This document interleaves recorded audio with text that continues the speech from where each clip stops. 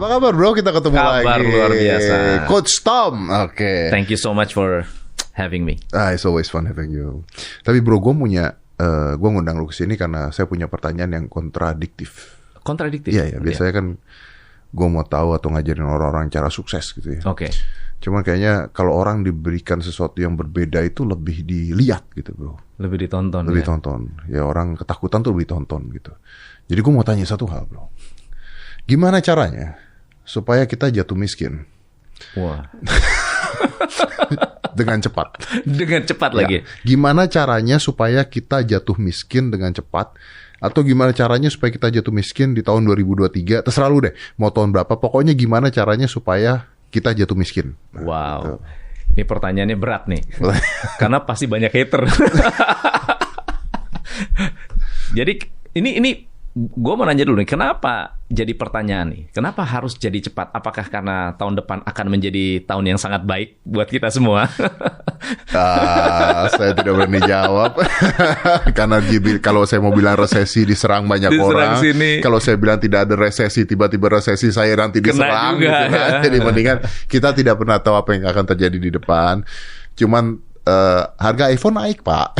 Oh ya luar biasa. Ya, luar biasa. Terus saya dari US kemarin homeless sudah makin banyak gitu. Terus pemecatan sudah makin banyak. Jadi pengangguran makin banyak. Perusahaan-perusahaan besar yang katanya sangat-sangat stable, peduli dengan karyawan, mereka lay off juga ternyata. Ya. Jadi saya nggak mau mengatakan itu jadi resesi. Bisa aja mereka ganti kerja UMKM dan sukses. Kayak COVID kan, that's what happened. Betul, kan? betul. People change and then it works. Gitu kan intinya. Tapi kenapa pertanyaan saya seperti itu? Karena kalau saya tahu gimana caranya cepat jadi miskin, maka saya bisa melakukan sesuatu untuk tidak jadi miskin. Tidak jadi miskin. Oke, mari kita bahas. Tapi pertanyaannya bukan gimana jadi kaya. Oh iya. Anda harus menjawab dari sisi yang berbeda. Oh siap. Jadi kalau berbicara soal how to get broke, really fast, adalah kita harus cepat-cepat masuk ke dalam krisis. Kita harus masuk krisis. Masuk krisis nih, tahun 2023 nih. Iya, kita nggak harus 2023. Secepatnya. Oke. Hidup dalam krisis segera. Itu broke-nya bisa lebih cepat. Broke-nya bisa lebih cepat. Okay. Karena krisis itu ada dua.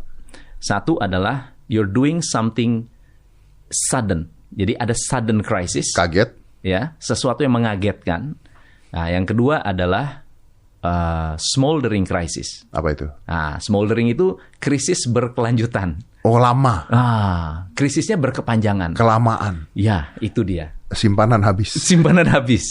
Ya, kalau smoldering crisis kan, lu punya duit di bank, tarik semua, masukin ke MLM, masukin ke robot trading. Tiba-tiba jeblok. Tiba-tiba kabur, duitnya kabur. Nah, itu smoldering crisis. Atau itu adalah a sudden crisis. Kayak misalnya kalau di perusahaan itu sudden crisis itu kayak technology disruption. Okay. Disrupsi teknologi itu udah jelas-jelas ada teknologi, terus kita nggak mau pakai. Itu cepat kita kena resesinya, kena krisisnya. Nggak resesi ya, karena resesi kan technical. Kena krisis itu bisa cepat sekali.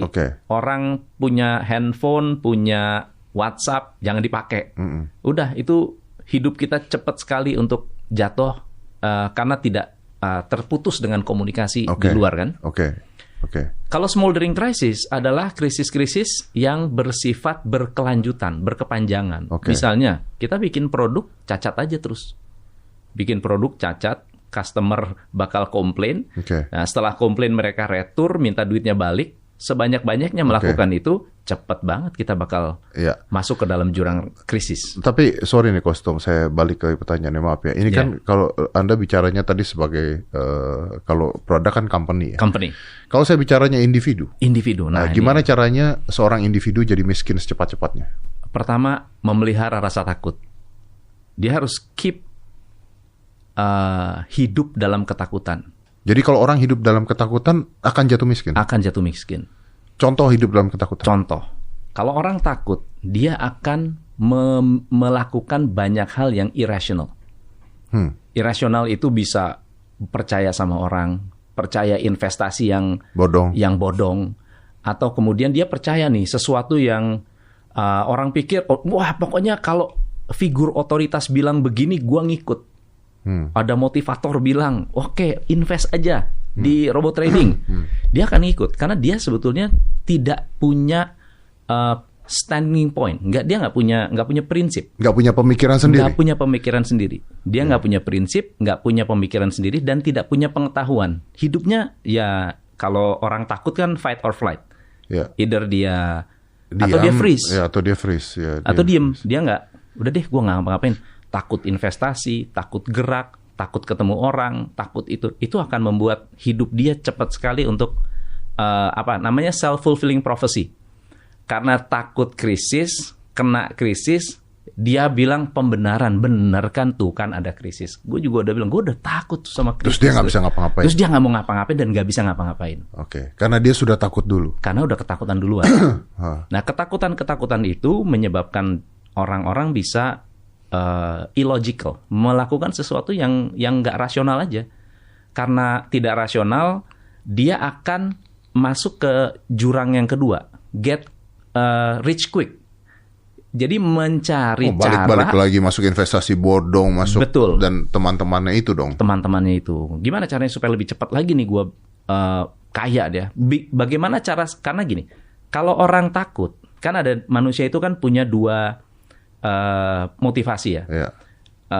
Running away from problems dan finding solution. Ya kan? Yang finding solution sama-sama termotivasi dengan rasa takut, tapi mungkin dia tidak kalau dia logik, dia akan mikir, ya, punya prinsip, nyari solusi yang tepat, bicara dengan orang yang tepat, belajar ke orang yang tepat. Bukan freeze ya? Dia tidak freeze, dia bergerak. Dia bergerak. Dia akan keep moving, dia akan keluar dari resesi atau keluar dari krisis. So you were saying ketika orang punya rasa takut, ini bisa hasilnya jadi dua. Orang ini bisa termotivasi. Betul. Untuk melakukan sesuatu yang positif kalau dia bisa berpikir rasional. Benar. Atau orang ini bisa freeze diam karena dia tidak mau melakukan apa-apa. Tidak mau melakukan apa-apa. Atau dia bisa melakukan hal irasional karena rasa ketakutan yang terlalu besar. Benar. Oke. Benar. Oke. Karena bisa aja kalau misalnya gue nih takut bunuh diri, udah selesai. Buat dia, ini adalah sesuatu yang quick solution, permanent solution for a temporary problem. Iya. Temporary problem ya, because it's a temporary problem. Money is a temporary problem. Oke. Money is a temporary problem. Tapi bunuh diri kan permanent solution. Permanent solution for a temporary problem. Iya, benar. Yeah. Which is actually stupid because problem is always temporary if you know how to deal with it. Benar. Tapi you find a solution yang akhirnya terlalu berkepanjangan selamanya. Oke. Rasa takut yang berlebihan. Oke. Cara kedua cepat jadi miskin. Cara kedua yang do not make any plans. Jangan bikin rencana apa-apa. Pokoknya go with the flow. Bukankah go with the flow is good? Go with the flow is good. Tapi when you have no budget, nggak tahu hari ini keluar duit berapa. Pokoknya kalau ada pengeluaran, lu suka barang, beli aja. Browsing Tokopedia, browsing ini belanja aja sebanyak-banyaknya. Kenapa? Karena impulse buying itu nggak ada budget, nggak ada planning, nggak ada rencana. Suka kamera bagus, belanja aja. Berarti tidak punya financial knowledge. Planning, nggak punya financial knowledge, nggak ada budgeting. Itu cepat sekali juga. Gampang untuk mengambil sebuah keputusan yang seharusnya bisa ditunda. Ya, bisa menunda kesenangan. Ini dia mempercepat kesenangan. Kalau bisa healing cepat, jalan-jalan ke Amerika, kemana-mana. Pulang stres lagi. Tambah stres. Butuh healing. Butuh healing lagi. Iya. Oke. So, sorry, tadi yang kedua adalah? Yang kedua adalah don't have any plan. Don't have any plan ya. Nggak usah punya rencana. Nggak usah punya rencana, pokoknya ikut-ikutan aja. Ikut-ikutan aja. Semua healing, kita healing. Gitu. Orang healing, kita healing. Semua punya iPhone baru, kita harus punya iPhone baru. Walaupun gaji nggak cukup, kita cicil. Nyicil, ngutang. Oke. Nah, yang ketiga ini mungkin ada yang setuju, ada yang nggak setuju. Kalau lu nggak punya uang hari ini mungkin atau kerja terbatas ya, pas-pasan. How to get broke quickly, beli rumah. Hah? Beli rumah itu bisa jadi miskin malah. Beli rumah. Kenapa? Kalau kondisinya kita nggak punya, misalnya apalagi kalau tahun 2023 terjadi sesuatu yang amit-amit nih ya. Amit-amit ya. Knock on doors nih, knock on wood. Kita nggak mau ya. Amit-amit. Oke, nggak usah jauh-jauh deh. Kita bunga bank naik aja. Bunga bank naik, gaji nggak cukup, cicilan numpuk, otomatis kita harus recovery itu dengan ngutang lebih gede lagi. Jadi beli rumah adalah sesuatu yang tidak bijaksana kalau memang kita nggak punya kemampuan. Jadi maksudnya menyicil rumah nih KPR? Menyicil rumah. Kalau beli cash kan lain cerita. Kalau beli cash? Kalau beli cash, ya berarti Anda punya duit ya. Udah punya duit. Ya itu jadi investasi bisa, nanti dijual lagi bisa. Gitu. Ya, jadi cash. Kalau punya cash nggak ada masalah, masalah. Punya duit, beli rumah berarti punya uang ekstra. Tapi bukankah orang tua zaman dulu mengajarkan anaknya cicil rumah lah biar punya rumah, ya kan? Dulu kan begitu kita diajarin ya kan. Tapi Bu Sri Mulyani malah pernah mengatakan ini nanti orang akan susah untuk KPR rumah kalau nggak salah ya. Kalau saya nggak salah mengatakan hal seperti itu. Apalagi sekarang rumah itu sebetulnya sudah sangat-sangat overpriced. Dan ini ingat loh, rumah untuk tinggal is not an investment. Ya. Karena ketika kita punya rumah, pengeluaran yang sama dengan misalnya sewa, pengeluaran sama. Tapi rumah itu lebih berat karena kita punya responsibility ditambah dengan cicilan. Ya, ditambah dengan cicilan. Ditambah dengan cicilan. Selain dari maintenance, kita harus maintain, jaga ini itu, pengeluaran menjaga rumahnya itu sendiri. Gue tuh pernah dengar Robert Kiyosaki ngomong tentang gimana dia real estate, dia punya jalan dan sebagainya. Terus gue dengerin dan sebagainya. Bagus sekali. Tapi kok kayaknya di Indonesia nggak bisa begitu gitu menurut gue ya. Maksudnya kalau dia beli rumah nih, ya rumah dengan pinjaman bank, udah gitu rumah ini disewakan atau Airbnb ya kalau di Amerika, Airbnb ini yang membayar cicilan rumahnya dan sebagainya sampai rumahnya ketutup, akhirnya rumahnya punya dia, investasinya ya milik dia. Benar. Tapi kan kontrak rumah di Indonesia harga rumahnya terlalu tinggi, kontraknya terlalu rendah. Bener nggak sih bro? Nah, jadi gini. Robert Kiyosaki menulis buku itu tahun 2007. 2006-2007. Dan pada saat itu properti belum overpriced. Benar. Properti belum overpriced. Dan ketika properti tidak overpriced, jadi kalau misalnya harga properti itu tidak tumbuh-tumbuh, harga sewa itu lebih tinggi. Jadi bisa menutup debt. Menutup, kayak contohnya, gue punya rumah di Australia. Rumah Australianya ya kenaikan pertumbuhan rumah di Australia nggak kayak di Indonesia. Kayak kalau lu beli properti di Singapura, bisa tuh tercover, mahal kan, tapi kenaikannya nggak banyak. Kenaikan nggak banyak. Sedangkan harga sewanya akan tinggi. Bener. Nah di sini kan nggak kan? Nah di sini dibalik. Kalau di Indonesia nggak bisa. Jadi di Indonesia harganya sudah overpriced. Dan rentalnya paling cuma berapa persen? 5%. Gue kan misalnya gue punya rumah nih gitu ya. Misalnya rumah sekarang harganya anggap aja saya punya rumah harganya 4M gitu. 4M ya. 4,5M gitu misalnya. Begitu disewain 125 juta per tahun. 125 juta per tahun rusak. Dipakai orang gitu kan. Benerinnya nanti begitu. Karena kan begitu sewain tuh hancur tuh ya rumah ya. Kadang-kadang sembarangan gitu. Kita benerin lagi kayaknya keluar bisa 70 juta tuh kayaknya. Terus hitung-hitung sebulan kalau kita hitung untung dapat 6 juta lah gitu kan. Dengan modal 4,5M dapat 6 juta sebulan kan. Nggak worth it sekali untuk rumah itu kita sewain gitu kan. Kecuali kita beli rumahnya 2007, 2008. Ya dengan kan? Harga yang rumah 5 miliar hari ini tahun itu paling 1,1. Iya kan? Jadi harga sewanya harga sewa 120 juta. Masih oke. Jadi kalau menurut lu sendiri harga rumah atau properti ini akan bubble apa enggak? Harga rumah properti bubble di Indonesia nggak terlalu loh. Indonesia itu termasuk yang cukup menjaga untuk tidak bubble. Meskipun actually banyak pemain-pemain properti yang goreng. Jadi bukan bubble karena market bubble, sudah lewat masanya. Sekarang properti udah slowing down, sudah lebih ke market price-nya. Kalau orang punya duit. Orang punya duit, kaya deh kita anggap. Orang kaya punya duit. Apakah dia beli properti saat ini investasi rumah bagus? Saat ini ntar gue diomelin ya sama orang properti nih. Kalau menurut gua, property is always good. It's always good. It's always good sebetulnya.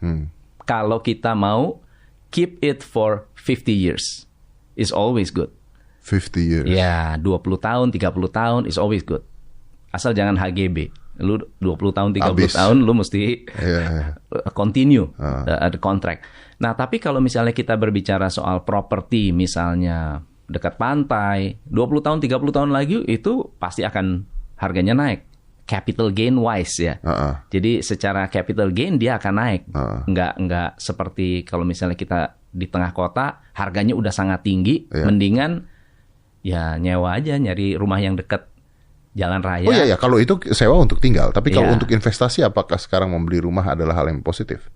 I don't kalau landed house, yes. What you mean landed house? Landed house itu berarti tanah. Bukan rumah? Maksudnya rumah, bukan apartemen. Bukan apartemen? Ya. Itu bisa investasi? Bisa menjadi bagian dari investasi. Kalau dia punya duit ya? Kalau punya duit. Oke. Masalahnya adalah kalau kita duitnya pas-pasan, terus kita mau coba untuk invest properti, duitnya udah mati di situ, bunga naik, nah itu masalah.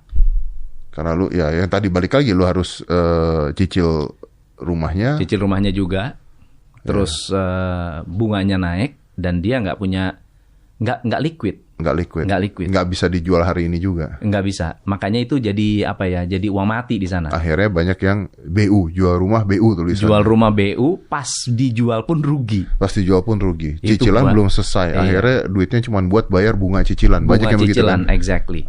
Jadi kalau kita mau cicil rumah itu buat teman-teman ya di luar sana, kita itu di 5 tahun pertama itu udah pasti nyicil bunganya dulu, bukan nyicil pokoknya. Iya, itu banyak yang nggak ngerti itu. Nah, ketika kita bunganya sudah habis, kita pikir kan, sisanya gue udah tinggal dikit nih. Ternyata itu kamu baru bayar 50% of the value itu bunga doang. Dan itu rugi banget. Nah, kalau kita punya rumah, udah nyicil terus kita coba mau jual, ternyata uangnya habis hanya buat bayar bunga, then you get broke very fast. Udah gitu kena layoff. Selesai. Nah, kalau Anda karyawan, Anda harus melakukan yang namanya moonlighting. Apa itu? Nah, moonlighting ini adalah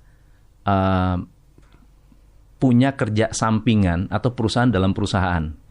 Ini cepat nih. Kayaknya cepat. Tetapi kalau lu kena layoff juga cepat. Kalau ketahuan ya. Ini fenomena yang terjadi di mana-mana ya, terutama di India, di perusahaan-perusahaan IT yang gara-gara remote working, ya work from home. Punya kerjaan banyak tuh ya. Gua kerja IT ya, nerima kerjaan baru, kerjaan utamanya. Santai. Terbengkalai. Ya, ini namanya moonlighting. Ya. Oke. I got it. Ada lagi nggak? Ada. Cara cepat jadi miskin. Ada. Fokus ngejar uang. Bukankah itu bagus? Nah, kalau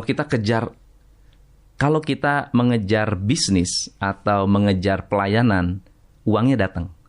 Tapi kalau kita ngejar uang, you will do whatever it takes untuk dapetin uang sebanyak-banyaknya. Jadi misalnya, bukan memberikan problem solving untuk orang lalu mendapatkan uang, tapi konsepnya masalah adalah dapetin uang sebanyak-banyaknya. Gitu. Benar. Jadi cara-caranya adalah number one, gambling. Oh, I get what you mean. Ya. Oke. Yang kedua adalah lotre. Beli lotre lah. Cari lotre, put your money in lotre termasuk dengan ini dong, maksudnya investasi bodong dan sebagainya. Fokus untuk mengejar uang kan. Benar. Nah, kalau investasi bodong ini kan bungkusnya adalah sebuah bisnis yang saya cari customer baru, cari ini baru, itu kan bungkusnya bisnis. Kalau gambling, dia clearly main online game lah, online judi online. Dengan harapan dapat uang. Dengan harapan ya daripada nganggur duitnya kan, dia masuk. Sorry bro, emang ada orang begitu bro daripada nganggur duit? Banyak, banyak. Dan pemainnya itu justru orang-orang yang level menengah ke bawah. Kenapa? Karena buat mereka, who knows? Itu kan istilahnya nothing tulus. gue udah rugi, hidup gue udah susah. Kenapa nggak cari jalan yang lebih cepat untuk bisa kaya? Kalaupun hilang, kelihatannya mainnya cuma 10.000, 20.000. Tapi kalau 20 kali, 30 kali, you lose some, you win some, tapi mostly you will lose. Orang masuk ke kasino, jackpot, kasih menang, awal-awal kasih menang, happy dia. Makin lama kan makin adrenalin naik. Iya, bandar nggak pernah kalah. Bandar nggak pernah kalah. Ada istilahnya itu, bandar nggak pernah kalah. Dan itu apa? Mindset orang susah atau apa? Itu mindset orang susah. Mindset orang yang value-nya uang. Karena gini bro, uang itu tidak bisa merubah kita. Kebanyakan orang kalau sudah mengejar uang, sifat aslinya akan keluar. Kalau orang itu penakut, punya banyak uang, makin penakut. Showing your true self. Iya, itu true color-nya keluar. Kalau kita orangnya pemberani, makin banyak uang, lu makin berani investasinya, makin berani gamblingnya. Kalau kita jadi orang yang sayang anak, ya makin banyak uang, makin sayang anak. Kalau sayang istri, makin banyak uang, makin banyak istri. Ya, ya betul. Masuk akal. Biar lebih banyak yang disayang ya. Iya, kan biar yang sayang banyak. Uangnya banyak, nggak ada masalah dong. Iya. Oke, berarti fokus mengejar uang ya. Itu yang di situ yang fokus salah. Fokus ngejar uang. Ya karena bagaimanapun orang yang fokus pada tujuan akan kalah sama orang yang senang lari katanya. Benar. Ya kan, kalau orang senang lari itu ya dia senang lari aja gitu. Ya udah, akhirnya akan nyampe tujuan. Tapi ketika orang bukan nggak senang lari, tapi fokusnya adalah nyampe goals, ya dia nggak akan pernah menang dengan orang yang memang senang lari. Benar. Pada akhirnya gitu kan. Oke, I got it. Kan ada satu cerita, namanya ada seorang kapten yang dimasukkan ke dalam kamp konsentrasi di mana? Ada istilah di Vietnam. Oh, di Vietnam. Oke. Gue lupa nama ininya ya, nama kaptennya. Jadi itu efek kapten itu, dia cerita bahwa ternyata orang-orang yang masuk ke kamp Vietnam yang setiap hari disiksa, yang setiap hari kelaparan, yang setiap hari masuk ke dalam lumpur dan seterusnya, justru yang keluar dan selamat itu adalah orang-orang yang tidak optimis. Orang-orang yang optimis, orang-orang yang optimis itu orang-orang yang tenang. Bulan Desember gue bakal kumpul sama keluarga. Tapi once it doesn't happen, mereka langsung itu false hope. False hope. Begitu mereka bilang, wah ini gue udah Natal nih, bentar lagi gue kumpul sama keluarga nih. Ternyata nggak ada rescue, dia langsung kecewa sama Amerika, kecewa sama pemerintah. Wah itu bisa langsung drop down. Stress. Disitulah mereka mati, bukan karena disiksanya. Oke. Gue nggak setuju sama lu. Setuju, tapi gue nggak setuju sama lu. Terus, bukankah kita diajarkan untuk optimis menjadi seseorang? Betul. Nah ini gimana nih? Nah ini menarik nih. Jadi dia itu bilang begini, kenapa kok lu bisa selamat? Berarti lu nggak optimis? Enggak, salah. Gua dalam hati yakin gue pasti keluar, tapi gue nggak bilang besok gue bakal keluar. Gue yakin gue keluar. Jadi dia punya sebuah harapan yang bukan optimisme. Kalau optimis kan lu bisa dapat nggak? Bisa. Kalau ini gue nggak optimis besok gue akan keluar, tapi I believe. Oke, kalau kita bicaranya begitu kan sama aja kalau misalnya gue tahun depan harus kaya gitu, salah dong? Betul. Bukan salah. Tapi kalau nggak kaya, what will happen to your energy? Atau what will happen to your... itu dia.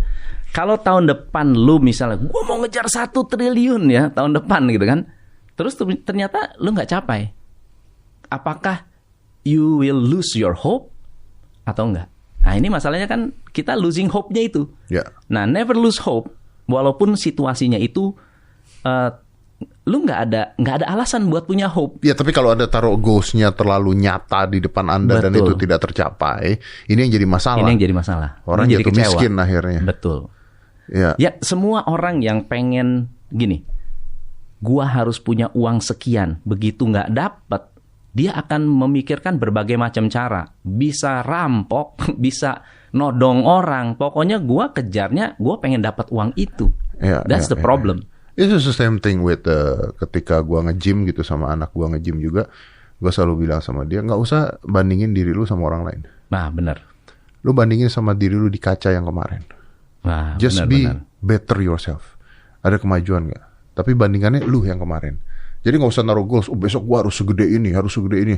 Nanti yang ada kalau lu naruh diri lu harus segede gini, wah lu bisa makan obat, bisa makan ini, bisa macam-macam, bisa apa, apa. No. Put yourself being better than yourself before.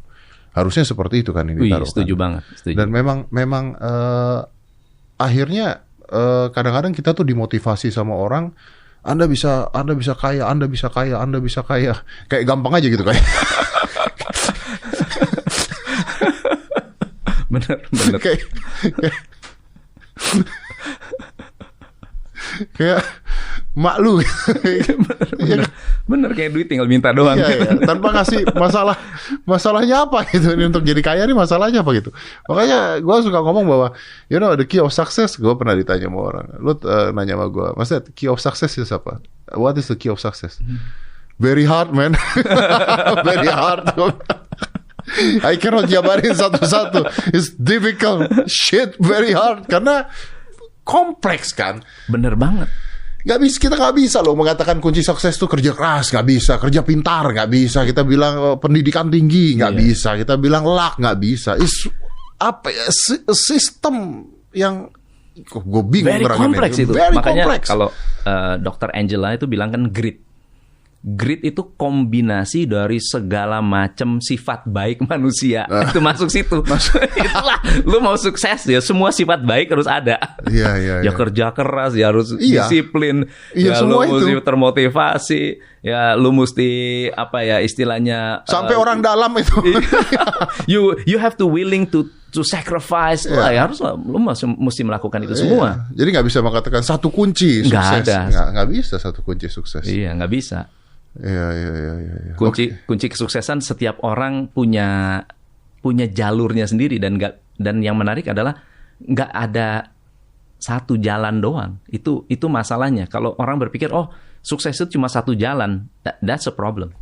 Ya. Orang itu bisa kecewa karena dilakukan nggak berhasil. Ya.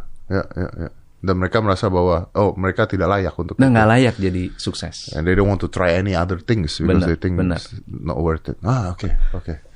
Oke, good. Masih ada lagi kah? Yang terakhir adalah FOMO.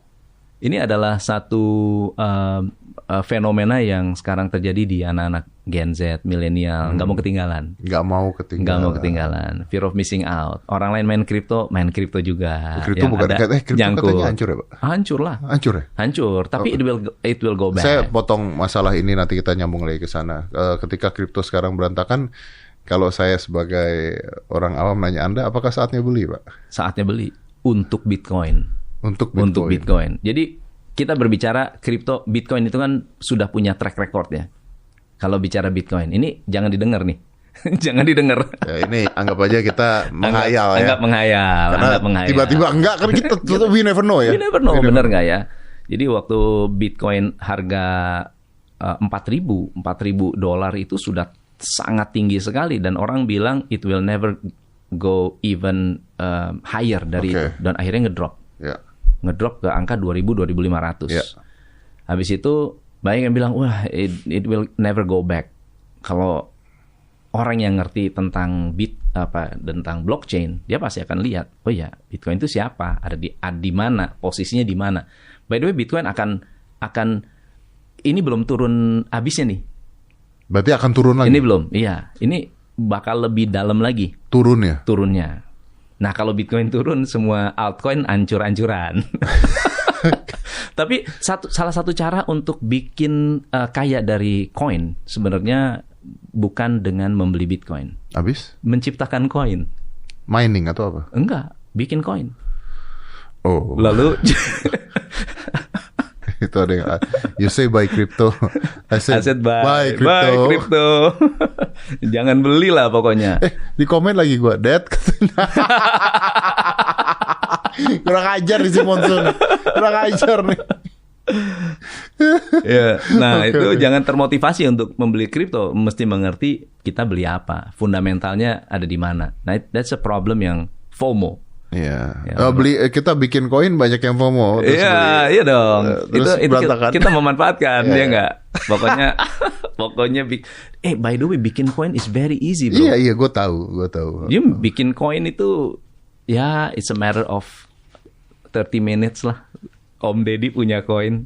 You get a coin, promote di podcast ini, everybody buys, and then you sell all your coins. Saya kayaknya Anda kayak menyindir orang. Pokoknya nggak usah khawatir. Pokoknya semangat kita harus. Pokoknya wah. Jangan jual. Gue yang mau jual soalnya. Jadi si Bitcoin ini akan turun ya? Bitcoin akan turun even deeper. How do I know when is to buy? Nah, or you don't? You don't know actually, tetapi akan ada, kalau orang technical ngerti. Okay. Orang-orang technical analyst paham grafik itu, baca grafik. Oke, tapi Coach Tom, apakah Anda bermain kripto atau Bitcoin? Bermain lah. Bermain Bitcoin juga. Oke, sempat rugi juga berarti. Nah, ini yang menarik nih. Jadi saya beli selalu pada saat masih jelek, masih di bawah. Jual pada saat di atas. Oh. Nah, jadi ada tanda-tanda turun, saya nggak kayak sekarang nih, saya istirahat dulu. Udah jual. Jadi ngambil selisih ya? Udah nggak punya barang, iya. Udah nggak punya barang. Nanti nih tinggal lihat aja nih kayak gimana nih ya. Tunggu turun. Nah, biasanya itu yang paling penting adalah mantau media. Pokoknya kalau media mulai ngasih berita, ini akan jadi apa namanya? Akan jadi disebutnya itu apa ya? Media hype lah. Media hype, dia akan angkat media akan angkat si itu cerita-cerita, wah ini akan naik, dia akan naik. Itu momentumnya untuk beli. Elon Musk ketika ngomongin Dogecoin kemarin kan? Ya. Oke. Dan FOMO ini dilakukan oleh orang-orang yang tidak punya duit juga kah? FOMO paling banyak dilakukan sama orang yang nggak punya duit justru. justru orang-orang yang punya duit, mereka udah ngerti ini. Ya gini ya, misalnya kayak semua luxury goods is like a train. It's like a train, like a bus. Kayak dia hari ini lewat ya besok ada lagi. Nggak ada istilahnya gue bakal ketinggalan model. Besok juga bakal ada yang lebih bagus lagi. Ini orang yang punya duit ngerti. Nah, orang yang nggak punya duit ditakut-takutin dengan scarcity. Wih, ini terbatas. Awas, besok kehabisan. FOMO dia, beli, nggak ada duit, pinjem. Kalau nggak pinjem, pinjol. Ya, urusan sama Roy Sakti dah. Ya kan, nggak ditagih sama debt collector, itu pinjol juga jahat ya. Lu 30% langsung hilang tuh. Nah, selama mereka bisa punya itu, padahal dia nggak tahu kalau gue punya barang itu buat apa sih? Buat flexing, buat apa? Ya, tapi apa psikologinya ketika orang susah mau FOMO? Bukankah orang susah mau FOMO karena dia sudah susah, bos?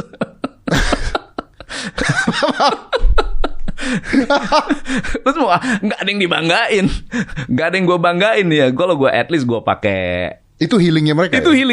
Itu salah satu cara untuk menunjukkan bahwa I can do it. I have at least one achievement in life. Dengan beli sesuatu yang dia cannot afford. Iya, setting. Karena gue tidak diajarkan sama orang tua gue waktu itu kalau gue nggak punya duit ya gue harus nabung. Ya gue harus nabung, bukan nyicil barang tiba-tiba yang gue pengen. Gue beli apa yang gue mampu pada saat itu gitu, yang diajarkan sama orang tua gue karena gue susah gitu maksudnya.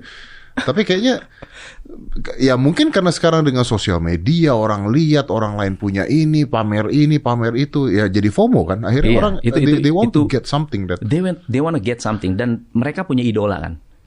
Mereka punya idola. Kalau orang mengidolakan Om Deddy, mereka akan bikin podcast pasti. Oke. Kalau mereka mengidolakan your body, they will angkat barbel. Pasti dia akan lakukan sesuatu yang idolanya lakukan. Dan itu kemana aja? Misalnya gue pakai cozy gitu, orang lihat ini, pasti orang jadi pakai cozy gitu. Pasti. Tapi Om ini Deddy, harganya murah gitu. Om Deddy pakai Tokopedia, ya Tokopedia pasti akan jadi akan dibela. Oke. Yang jadi masalah adalah ketika si idola itu memamerkan barang mahal. Nah, itu dia. Jadi patokan kebahagiaan. Betul. Bukan hanya patokan kebahagiaan. Jadi kalau barang mahal itu berarti saya akan merasa pantas kalau pakai yang sama. Ini kan mirroring sebenarnya kan. I'm in your group. Iya, mirroring. Jadi kayak gua ini kayak kita apa ya? Bahasa ininya tuh kita melabel benda itu bahwa lu kalau mau kayak gua, lu mesti pakai ini. Padahal itu tidak tertulis ya. Atau itu unspoken. Unspoken instruction ke para fansnya. I am belongs to the group. Betul, belonging itu. Gue pakai ini. Tapi kan dia tahu bahwa si orang ini kaya, Dia tahu itu kaya. That's the point. Loh, karena gue tahu dia kaya. Gue mau kelihatan kaya. Kan ada orang yang kaya beneran, ada yang pengen kelihatan kaya. Ya, oke, gue ngerti maksudnya Coach Tom. Tapi it's stupidity kan ketika orang berpikirnya seperti itu dong. It is stupidity. Nah, underlying psychology adalah takut dianggap nggak worth it. I'm not worthy enough, maka saya takut dibilang nggak mampu, saya takut dibilang ini. Ketakutan itu membuat dia mau melakukan hal-hal seperti ini.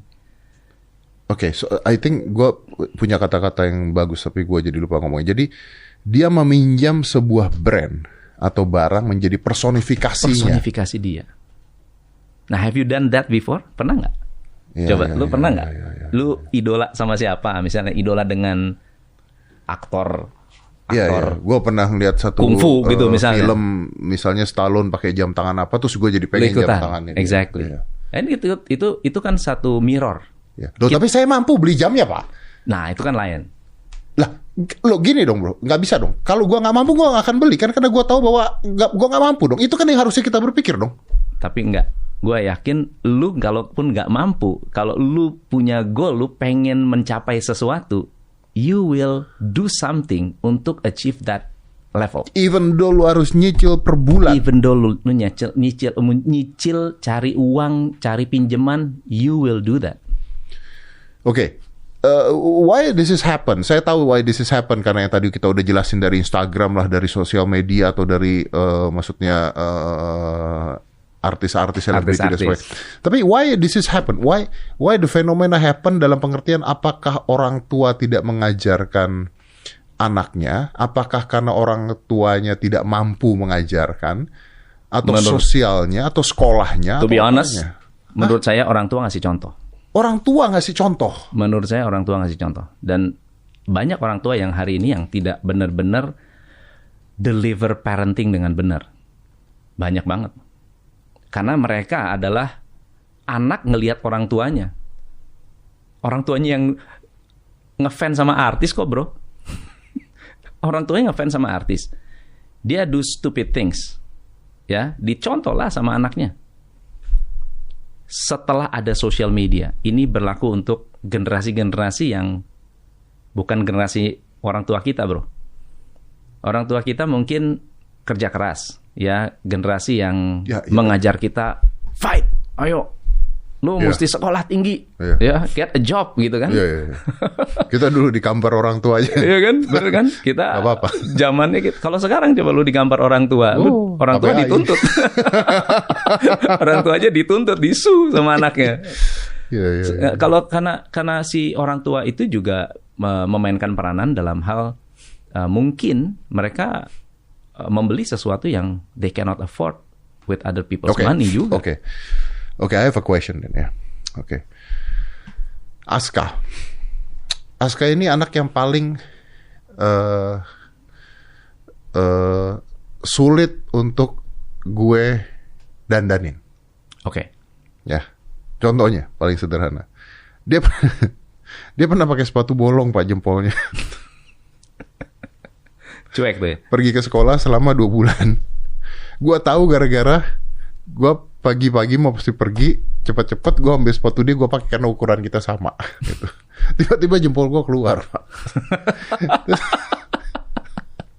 Terus gue bilang, gue panggil dong katanya. Kamu nih sejak kapan ini jempol? 2 months ago. Dan kamu nggak beli yang baru atau ganti sepatu apa? Nah, because kaos kakinya juga hitam. Nobody see that, I don't care. Itu satu ya contohnya. Terus iPad.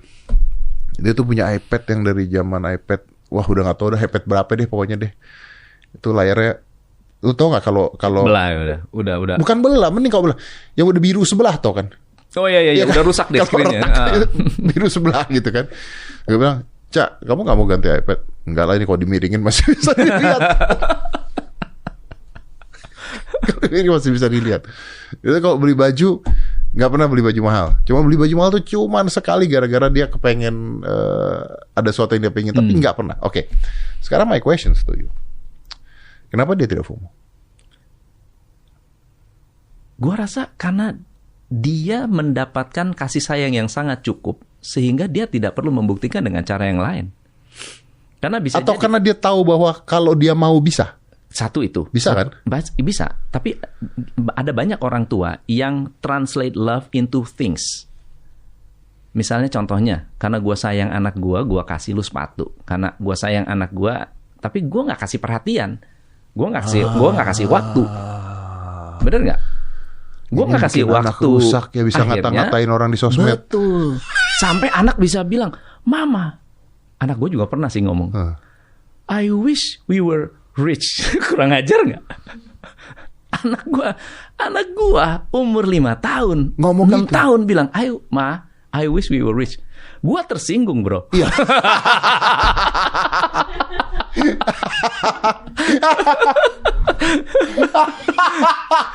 Gue tersinggung. Gue tanya, what do you mean by rich? Maksud lu rich itu gimana sih? Definisinya ya kan? apa Definisi nih? Lu apa? Emang lu kurang makan gitu kan? Emang lu kurang makan? Emang lu minta apapun nggak dikasih? Jadi mereka punya definisi rich berdasarkan apa yang mereka lihat di sosial media. Dan gue jadi itu is a tap juga buat gue. Ya. Apakah gue kurang perhatian ke anak ini? Karena ketika kita mungkin anak itu merasa konten ya, merasa I don't need other things. I have my father, I have my mother, and it's enough. Oke. Gue nggak butuh perhatian orang bilang lu sepatu lu jelek. Dia nggak butuh. Kenapa? Bapak gue aja nggak komplain, lu komplain. Itu membangun confident buat anak kita bahwa gue nggak membutuhkan. Dan dia akan bilang, kalau hari ini gue bilang bokap gue beli yang mana, ya, he will give, he will fulfill. Dia di fulfillment itu sudah ada. Jadi orang tua bisa jadi tidak memberikan perhatian yang cukup, dan cara memberi perhatiannya adalah, hey papa pulang bawa hadiah. Oh, itu juga tapi salah. Bukannya salah, tapi nggak memperhatikan the real needs dari anak itu. Yeah. Jadi dia berpikir, love is things. The things. Jadi kalau gua mau dicintai, I have to have more things. Artinya dia akan compare your things with other people. My things. Yang ada di sosial media. Bener. Bapak lu ngasih apa? Oh, ngasih baju. Oh, bapak gua nggak kasih baju. That means my father don't love me enough. Ya. Nah, ketika anak lu bilang I wish we were rich, lu tanya apa, dijawabnya gimana? Gue lupa ya, nggak oke. Ntar gue ingat. Gue nanya, Tara, Tara, apa sih maksudnya? Iya, kita, maksudnya dia bilang gini, dia tuh sebetulnya senang dengan apa namanya, dengan kalau misalnya kita pergi liburan, gua kan berenang sama mereka, gua main apa gitu. Ternyata bukan soal things-nya, tapi kalau kita punya waktu dengan anak, dia bisa spend time dengan orang tuanya. Itu poinnya. Jadi rich tuh apa sih maksudnya? Iya kan papa bisa, kalau kita keluar, maksudnya kalau kita liburan gitu kan, I spend time with them. Sementara saat lagi nggak liburan, gue kerja. Gue bilang berarti masalahnya adalah gue kurang spend time dengan dia. Iya.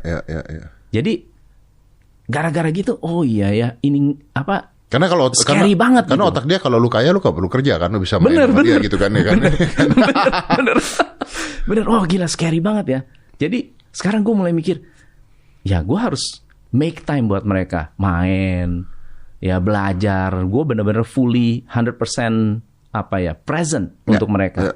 Dan nggak pernah ada muncul hal-hal itu lagi. Because the love she needs fulfilled. Hal lainnya menjadi ya number 2 lah ya. Iya benar. Iya, that's make sense. Kacau juga gue cerita di sini nih. tapi that's make sense. Itu sangat make sense. Dan gue juga ketika sama Aska juga gue juga ngomong, gue nanya, kamu kenapa nggak mau ganti iPad, kenapa nggak mau ganti ini, kenapa ini? Because ya kan udah rusak, papa bisa beliin dan sebagainya. Ya dia ngejawabnya bahwa ya I don't need it. Maksudnya ya it's okay lah, begini aja it's okay gitu. Dia nggak compare dengan siapa, nggak compare dengan ini dan sebagainya gitu. Dan mungkin gue juga bingung gitu kenapa. Mungkin, tapi kayaknya juga mungkin parenting dan orang tuanya mencontohkan juga bisa menjadi masalah yang besar juga gitu kan. Orang tuanya hobi belanja, ya anaknya pasti akan ikut-ikutan belanja. Ya, gitu. Ya. Orang tuanya atau didandanin sejak kecil gitu. Didandanin sejak kecil. Lu pernah lihat nggak anak-anak kecil itu? Oh iya benar. Wah, ada yang umur 8 tahun pakai baju Chanel. Ih benar. Masya Allah. Itu luar biasa. Buat apa ya? Belum ngerti juga kan? Kita pikir kan belum ngerti kan? Tapi jangan salah, itu jadi imprint. Jadi pola kan? Ke ininya mereka, psikologi mereka. Tapi bisa saja orang tuanya merasakan bahwa memberikan yang terbaik buat anaknya gitu. Iya. Sebetulnya memberikan yang terbaik buat anak bukan barang ya.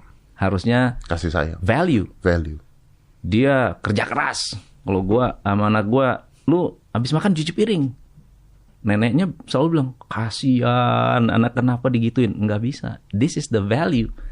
Dia akan merasakan susahnya, beratnya. Dia mau apa-apa, lu kerjain sendiri. Gue main golf, anak gue nggak ada caddy bawa golf, nggak ada caddy bawain dia punya stick. Ya, bawa sendiri. Lu bawa sendiri. Ya masih muda. Gitu. Gue dibawain. Ya. tapi memang loh, memang I think memang harus, iya dong. Maksudnya ya lu harus belajar susah dulu dong. Belajar. Iya dong.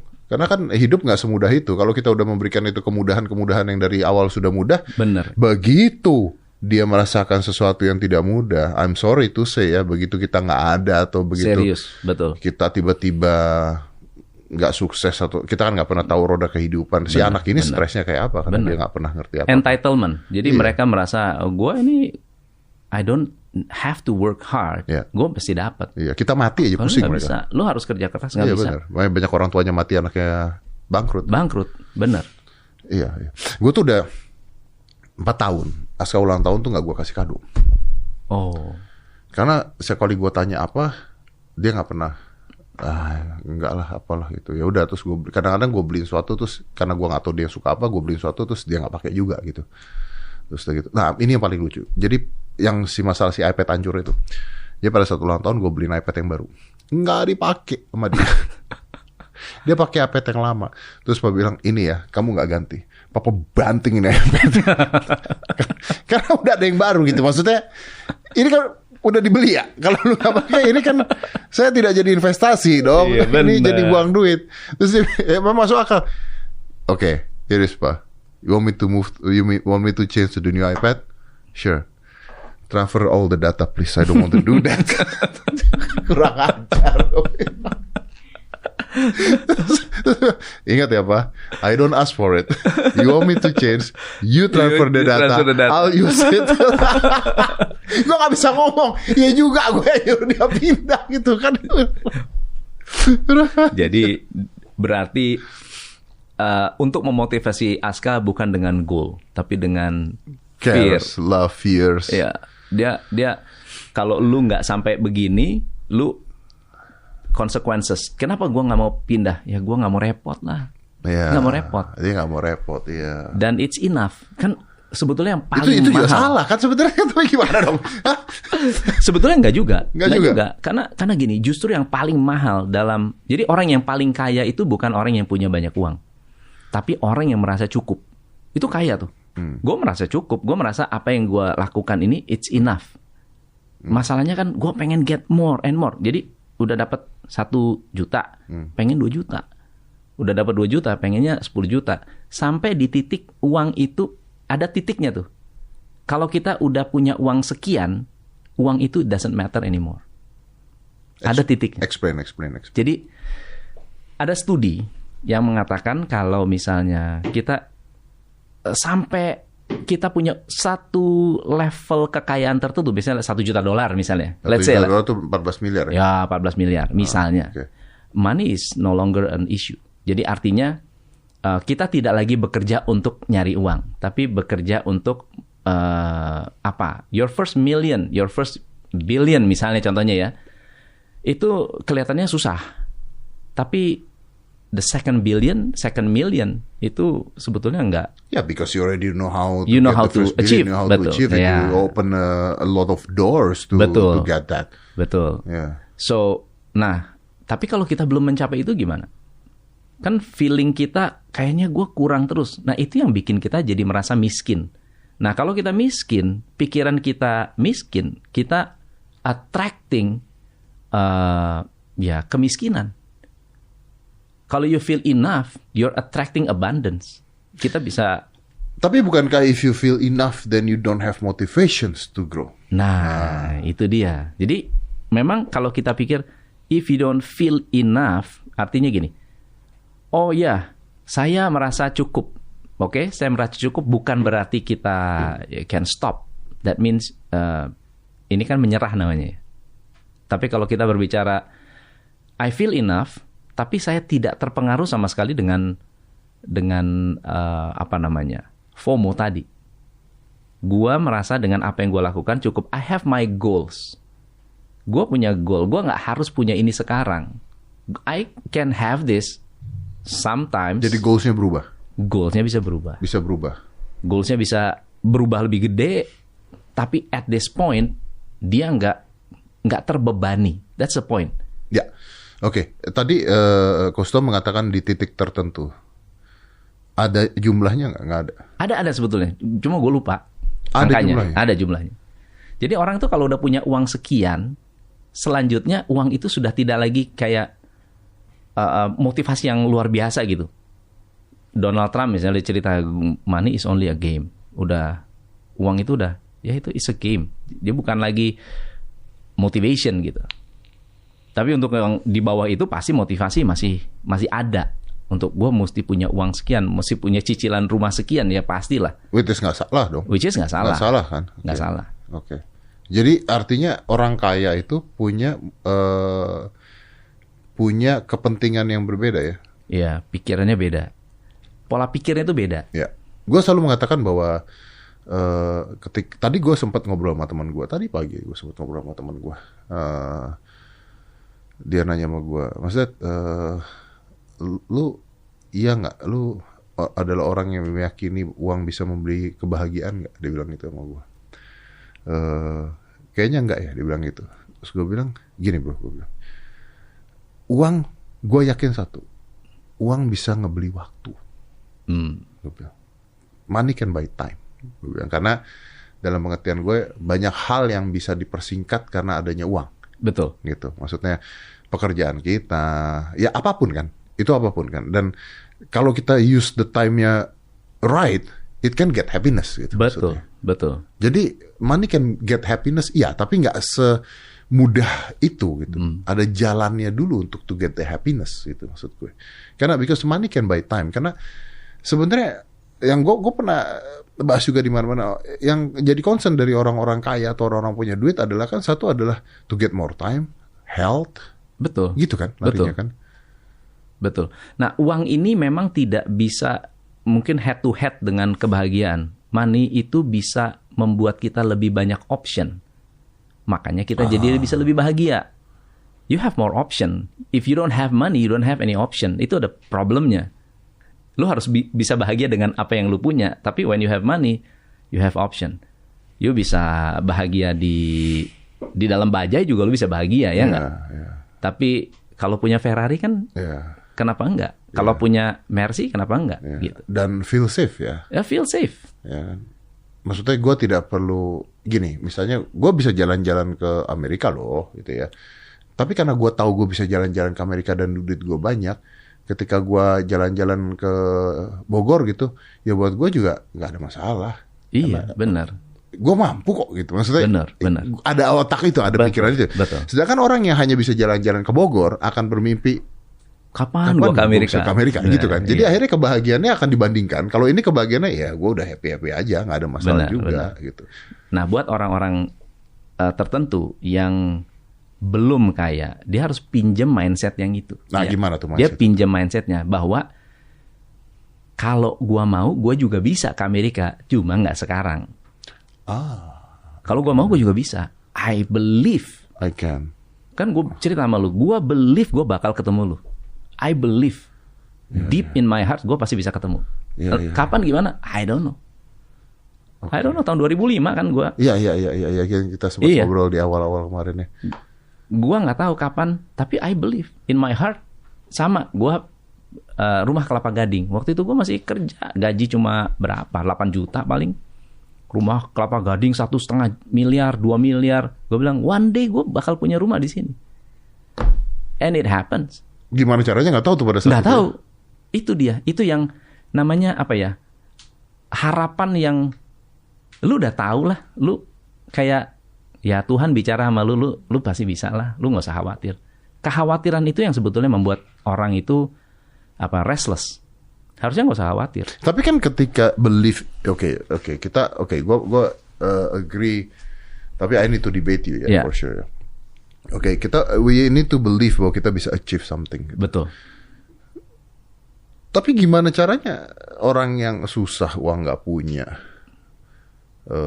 karyawan UMR gaji 3 juta gitu. Iya. I believe one day I will have rumah di Kelapa Gading. Gimana caranya, bro? Gimana caranya? Pertama adalah you know many stories about orang yang awalnya OB bisa jadi konglomerat. Yep. They have that belief. That's why mereka jadi konglomerat. Kalau mereka don't have that belief, mereka tidak akan menemukan. Dia akan keep improving kan. Apalagi ya. Dan pola pikir mereka beda banget. Khairul Tanjung itu pola pikirnya bukan gue pengen kaya. Enggak. I want to serve more people. How can I serve more people? It's a mindset. Gimana ya gue bisa ngelayanin lebih banyak orang? Waktu gue mulai business coaching, gue nggak ada yang kenal juga. Siapa yang kenal? Tapi gue kan pikir, how can I serve more people?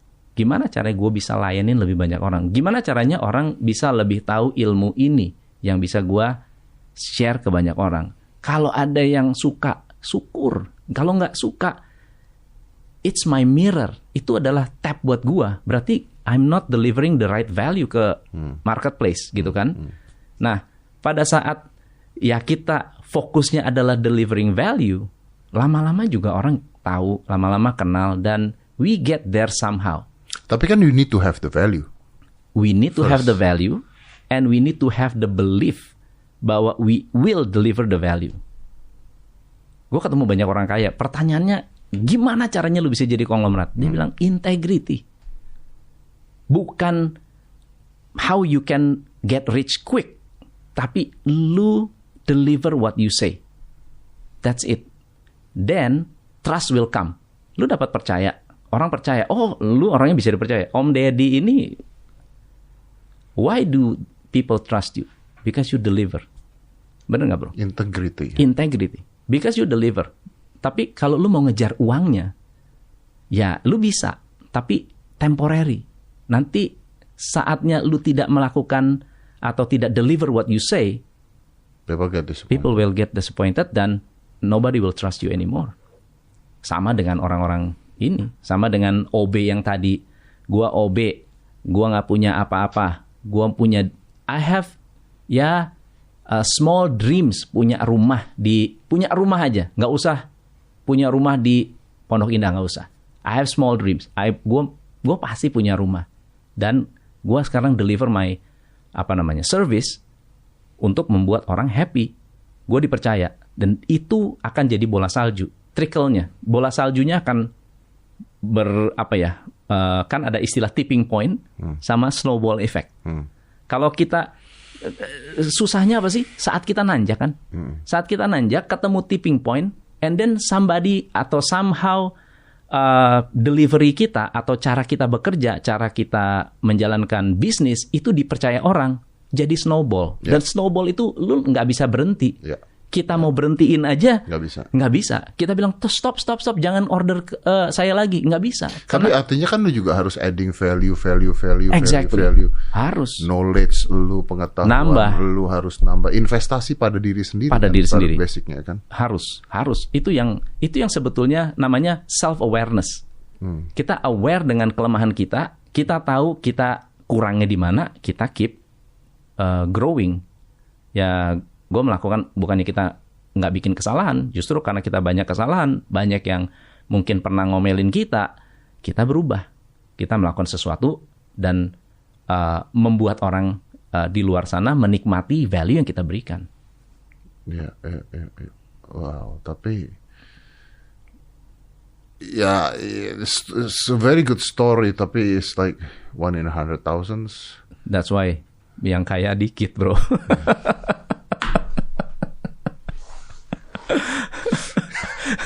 Gue bilang ya, sukses itu gampang karena saingannya dikit.